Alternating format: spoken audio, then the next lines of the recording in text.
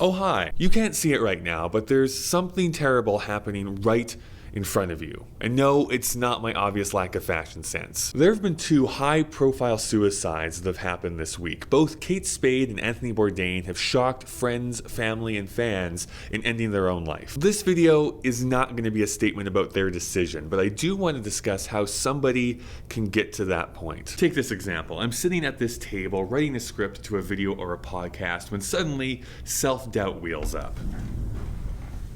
You suck. Now, we all experience self-doubt for sure, but many that manage mental health issues like depression or anxiety, these feelings can continue on. It's not just that one time while you're writing something. It's while walking down the street, eating lunch, phoning your mom, taking a business meeting, trying to binge watch Yuri on Ice. It's this constant nagging of you're not good enough and you never will be. At least it was for me. I talked a bit about what led up to me writing a suicide note a couple of videos ago, but after that event, it wasn't all poppies and ponies. Let's pretend that's an actual phrase. From the time I was 16 up to 29, that's 13 years for you playing the home game, there was a phrase that percolated into my head. I hate myself.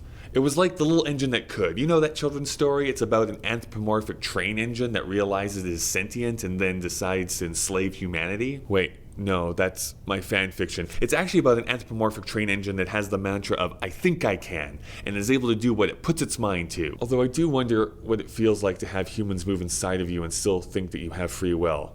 I'm overthinking this. Well, instead of that useful children's lesson of you can achieve what you put your mind to, I was the inverse. I constantly told myself I couldn't do anything, and so I didn't. Let me take you on a journey of what that was like. I woke up in the morning and the first thought that would flash into existence was, I hate myself. So I lay in bed, eyes wet because I couldn't believe I had made it through the night, and tried to psych myself up for the upcoming day. But I'd usually lay there unresponsive for at least an hour, dreading the interactions that I'd have to have. I'd eventually roll myself out of the prone position, shamble into the kitchen to have some type of cereal, each crunch punctuated by that phrase, I hate myself, I hate myself. Then I'd go into the shower, carefully avoiding looking at myself in the bathroom mirror because that was just another thing I didn't want to deal with. I'd stand in the shower, just letting the excessively hot water pour over me, hoping that it would dissolve my essence and I could disappear down the drain. I'd get dressed, drive to work, put in my 8 to 9 hours, drive home. The constant voice in my head was, I hate myself. It just wouldn't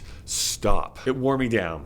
Some nights I'd arrive home and need to go directly to my bedroom to cry because the weight of that phrase was just so much. Just like that little engine that could, I was achieving exactly what I had set out to do. I hated myself, everything about me, my voice, my looks, my choice in music, the brand of tea I bought, everything. Now let's break down those 3 words.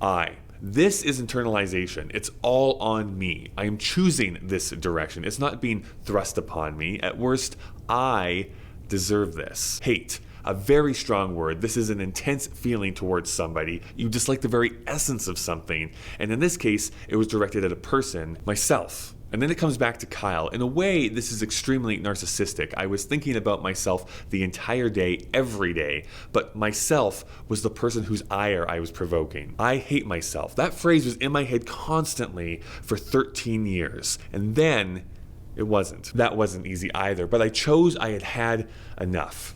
I was feeling entirely defeated and broken. I knew I couldn't survive much longer feeling the way I did. So I sought out a therapist. Luckily, the place I was working at the time covered the first 5 visits for me. So I called them up and spilled my guts to them. I needed to get this off my chest. And through a few visits, I was able to already feel an improvement. And weirdly, when you are extremely honest with a stranger, they're able to put things into perspective. Specifically, what they had me do was envision myself as a young child. And they asked, do I hate that child?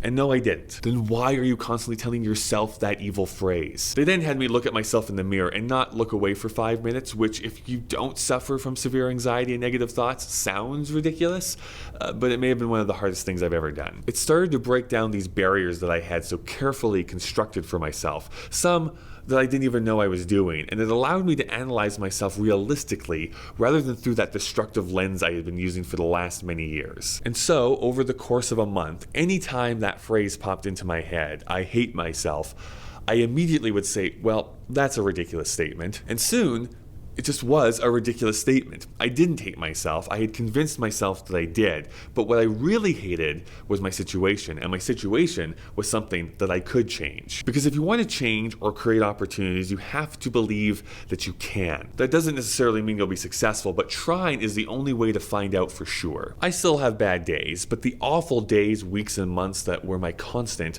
aren't there anymore. And for that, I'm extremely thankful. I'm still stressing out about those humans inside a self-aware train though. That has to be the plot of a Stephen King short story for sure. But what do you think? Have you suffered from negative thoughts? How did you combat it? What advice would you give to others? Let me know down in the comments below. Thanks so much for watching. I will talk to you again on Thursday.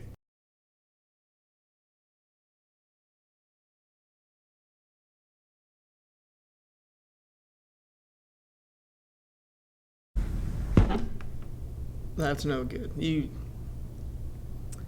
I'm gonna do that again. You call this a script? Idiot.